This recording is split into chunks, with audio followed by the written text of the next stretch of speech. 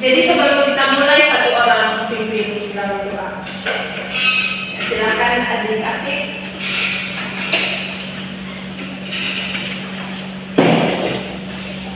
Ibu guru dan teman-teman, kalian persiapkan hati untuk berdoa. Kami nama Bapa, Bapa dan Putra dan Roh Kudus.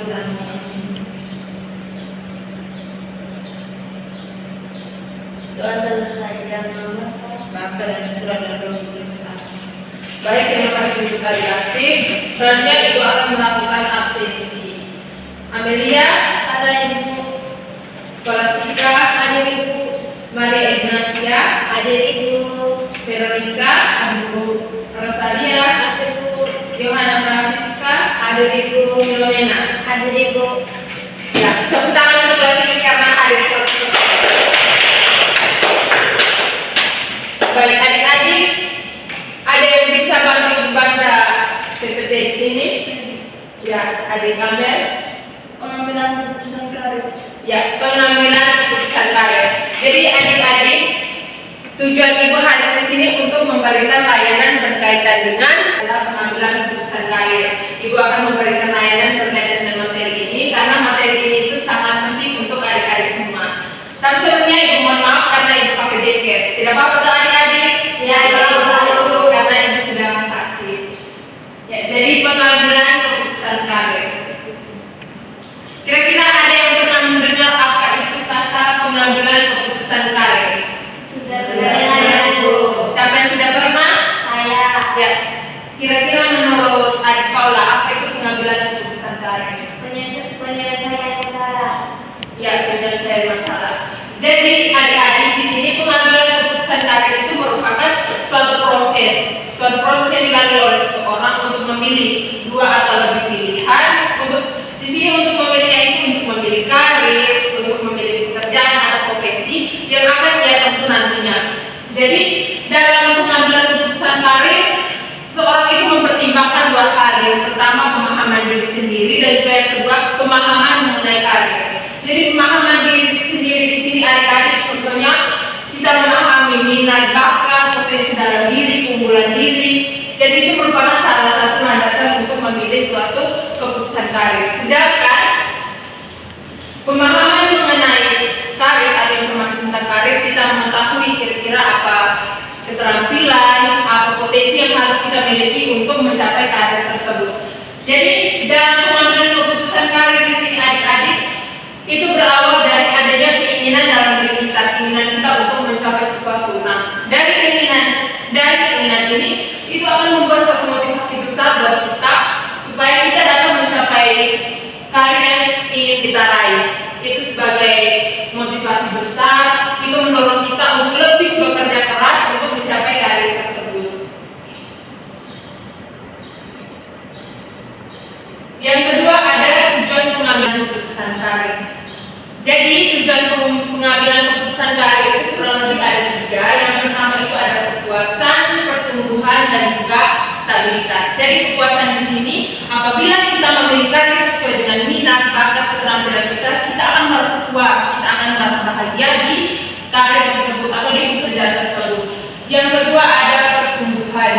Jadi pertumbuhan di sini kita akan mencapai suatu keterampilan baru. Contohnya kita bekerja di desain grafis atau kita bekerja sebagai seorang penulis. Nah, dari sini kita akan belajar bagaimana cara menulis di media elektronik. Yang ketiga ada stabilitas. Jadi stabilitas di sini contohnya kita mendapatkan gaji dari profesi atau karir yang telah kita pilih. Nah, kita bisa memenuhi seluruh kebutuhan kita. Berikutnya ada manfaat pengambilan keputusan karir. Nah, selain ada tujuan tadi kita mengambil sebuah keputusan, ada juga manfaat yang akan kita peroleh apabila kita mengambil sebuah keputusan karir dengan mempertimbangkan yang pertama tadi ada pemahaman diri sendiri dan juga yang kedua itu ada pemahaman mengenai karir berdasarkan informasi yang telah kita dapat. Yang pertama itu ada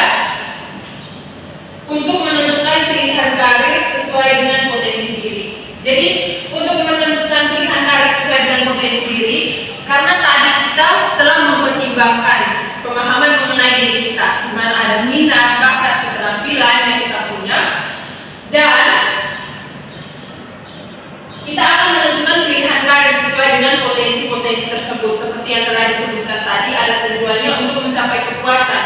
Nah, dari minat-minat kita yang telah kita pahami, kita pakai untuk mengambil keputusan karir.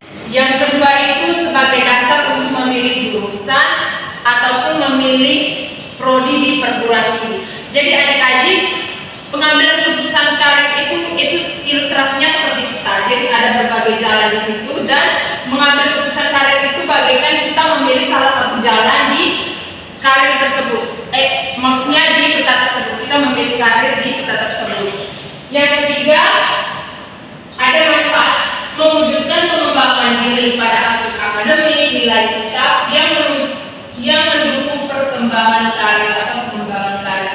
Jadi mewujudkan pengembangan diri pada aspek akademik ini, contohnya di sini ada yang bercita-cita sebagai dokter, ada yang contohnya adik Amel bercita-cita sebagai seorang dokter. Nah, pengembangan diri di bidang akademik ini, adik Amel mempelajari pengetahuan secara akademik dari profesi dokter. Contohnya adik Amel belajar tentang ilmu biologi, ilmu kimia, ataupun ilmu-ilmu lainnya yang bersangkutan atau berhubungan dengan profesi dokter. Yang kedua itu ada pengembangan diri pada aspek nilai. Nah, pengembangan diri pada aspek nilai di sini, adik Amel tadi itu ingin menjadi seorang dokter. Nah, nilai-nilai apa yang harus ada pada diri seorang dokter? Adik Amel harus memiliki nilai tersebut. Contohnya juga ingin menjadi seorang pemimpin. Nah, untuk menjadi seorang pemimpin ini kita harus memiliki sikap bertanggung jawab. Itu merupakan salah satu sikap supaya kita bisa menjadi seorang pemimpin. Yang ketiga ada aspek sikap. Nah, aspek sikap di sini, adik-adik, sikap-sikap apa yang harus kita miliki untuk mencapai karir tersebut. Contohnya, saya ingin menjadi seorang pengusaha. Nah, saya ingin menjadi seorang pengusaha di sini, saya harus siap untuk menghadapi lika-liku dalam kehidupan berusaha. Contohnya ada jatuh bangunnya, ada lika-liku yang harus saya hadapi, ada tantangan yang harus saya hadapi, dan juga hambatan. Nah, di sini saya harus mengembangkan sikap pantang menyerah untuk menjadi seorang pengusaha. Yang keempat, untuk memperoleh kedudukan karir yang sesuai bagi kehidupannya. Sama seperti yang telah Ibu jelaskan semua sebelumnya, di mana salah satu tujuan pengambilan keputusan karir di sini kita mempertimbangkan pemahaman diri. Nah, dari mempertimbangkan pemahaman diri di sini, kita dapat memilih karir sesuai dengan kehidupan kita atau sesuai dengan potensi yang ada pada diri kita.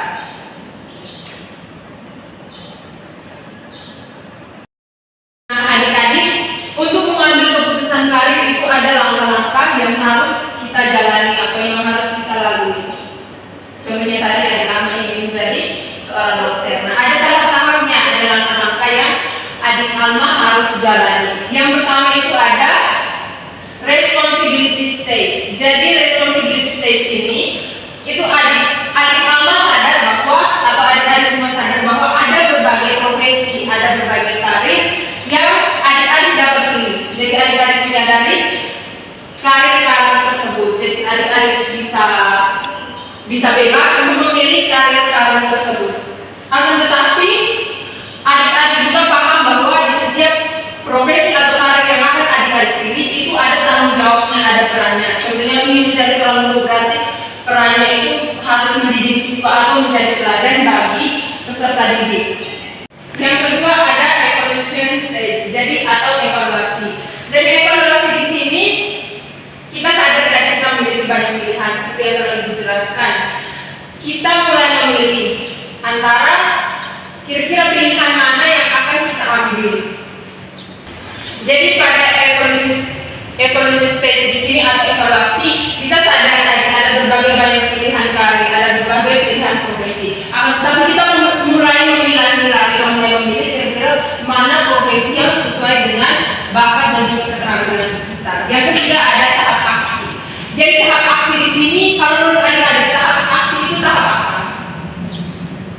Tidak tahu Ibu.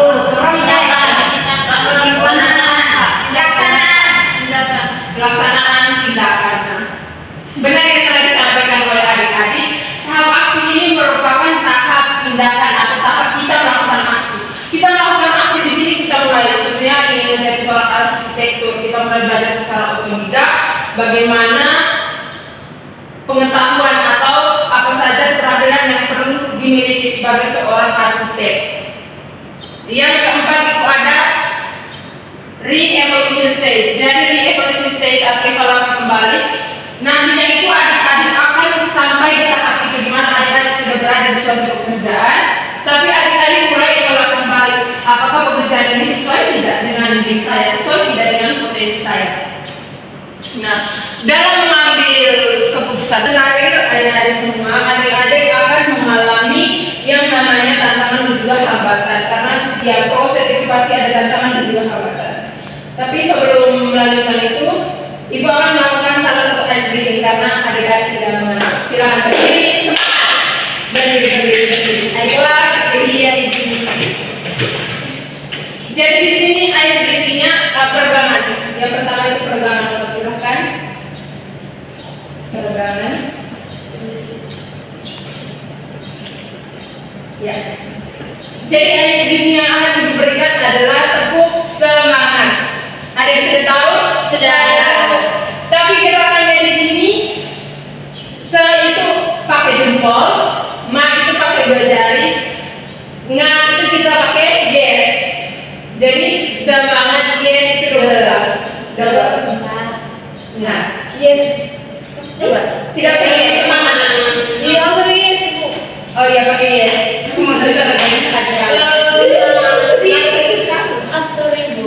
Ya.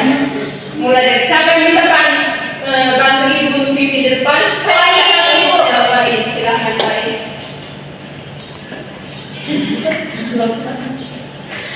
Oke baik teman-teman, jadi sekarang kita mulai ya. Tepuk semangat.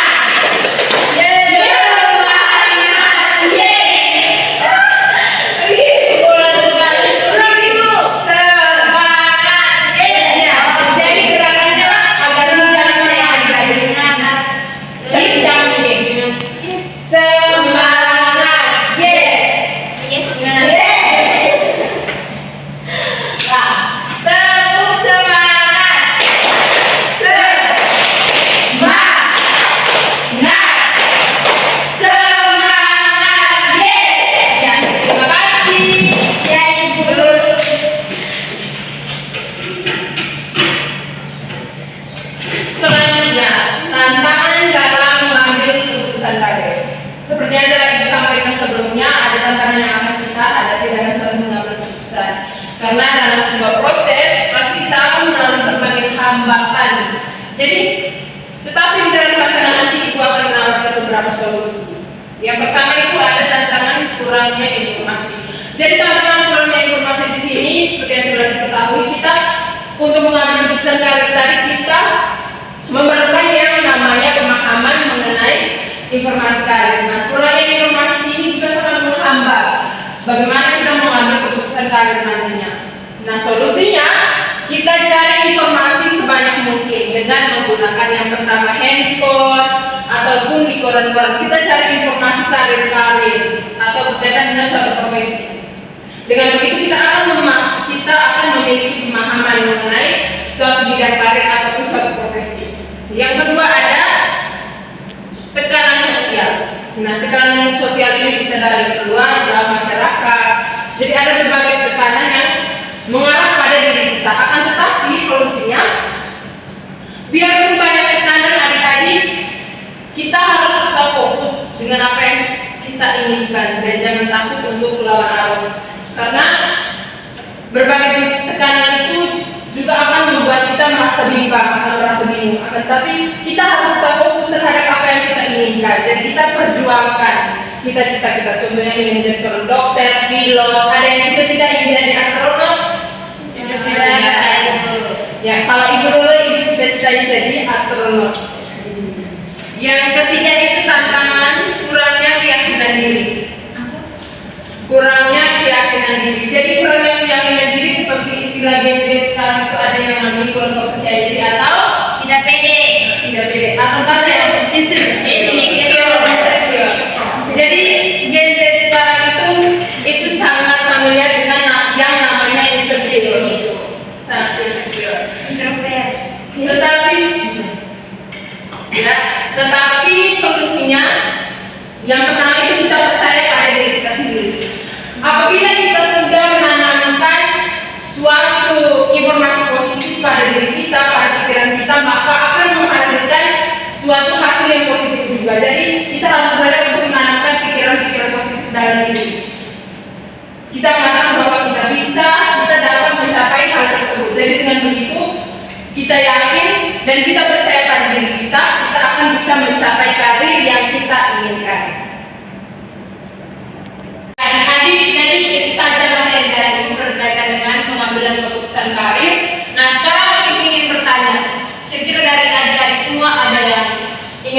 mengajukan pertanyaan berkaitan dengan materi kita?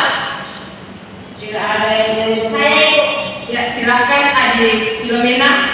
Bisa bertanya kenapa pengambilan keputusan itu sangat penting? Ya, kenapa pengambilan keputusan sangat penting? Kira-kira ada teman-teman yang bisa menjawab? Sebelum Ibu menjawab, ada yang bisa menjawab? Ya, Wain.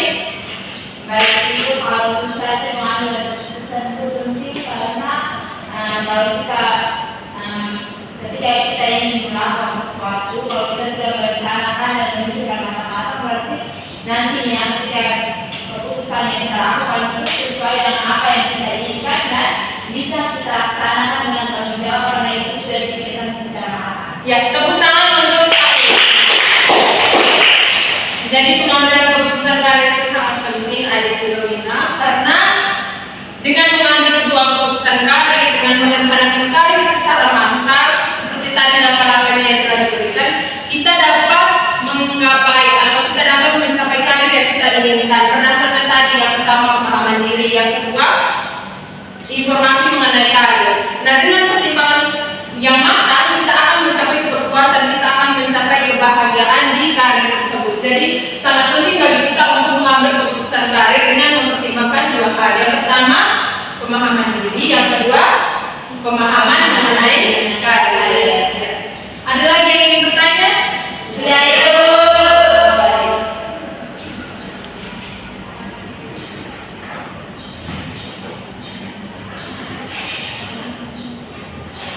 Jadi sebelum Ibu mengakhiri, Ibu akan memberikan suatu kesimpulan. Atau ada yang bisa bantu Ibu untuk memberikan kesimpulan di sini? Tidak ada, Ibu. Oh, tidak ada. Jadi adik-adik dari materi tadi yang Ibu berikan, yang Ibu bicarakan kepada adik-adik yang Ibu sharing, pengambilan keputusan karir yang matang itu sangat penting, di mana dengan mempertimbangkan berbagai hal seperti pemahaman diri dan pemahaman mengenai karir, kita dapat memilih karir yang benar-benar sesuai dengan tipe kita, sesuai dengan kepribadian kita. Nah, dengan begitu kita akan mencapai kepuasan, kita akan mencapai kebahagiaan di dalam pekerjaan kita. Akan tetapi, meskipun begitu, meskipun ada tantangan seperti kurangnya informasi, tekanan, kita harus yakin. Apabila ada tantangan, kita merasa tidak percaya diri, kita insecure, kita merasa bahwa kita tidak mampu. Jauhkan segala pikiran-pikiran tersebut, pikiran yang sangat mengganggu dalam aksi kita untuk mencapai karir yang kita inginkan. Akan tetapi kita harus bisa menanamkan stigma-stigma positif ke dalam pikiran kita supaya dengan stigma tersebut itu dapat menjadi suatu dorongan besar bagi kita untuk mencapai karir yang kita inginkan.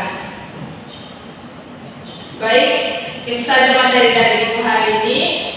Sebelum kegiatan ini berakhir, Ibu minta satu orang untuk memimpin kita dalam doa.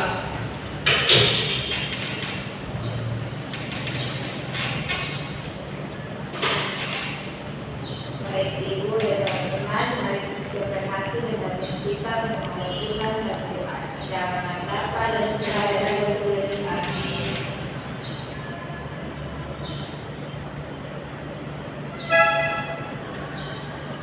Jangan Bapa dan Putra dan Roh Kudus. Baik, terima kasih kepada Adik Min. Jadi sebelum ini berakhir, Ibu akan sedikit bertanya kepada adik-adik sebagai refleksi atas materi-materi yang telah Ibu berikan. Adik-adik, kira-kira apabila adik-adik memiliki rasa insecure dalam diri, apa yang akan adik-adik lakukan? Berdiam diri, berlari, mencoba untuk bisa menjalani. Contohnya kalau sekarang kalau cukup sudah Ibu di depan, tapi dengan cara saya sekarang insecure juga Ibu. Jadi kalau cara saya itu saya mencoba untuk berlatih supaya saya lebih pede lagi Ibu. Adik Filomena ya, silakan.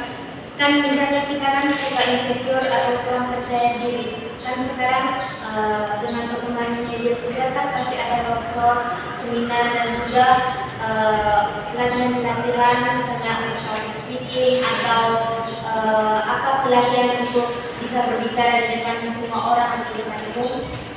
bisa membantu kita untuk lebih meningkatkan rasa percaya diri dan bisa meningkatkan cara berbicara di depan orang lain. Ya, tepuk tangan untuk kedua teman. Jadi benar sekali yang telah disampaikan, kita harus bisa keluar dari zona nyaman kita. Apabila kita insecure, kita harus bisa menanamkan pada diri kita bahwa kita bisa. Adik-adik, tidak ada yang tidak bisa di dunia ini karena kita memiliki potensi yang unik di dalam diri kita.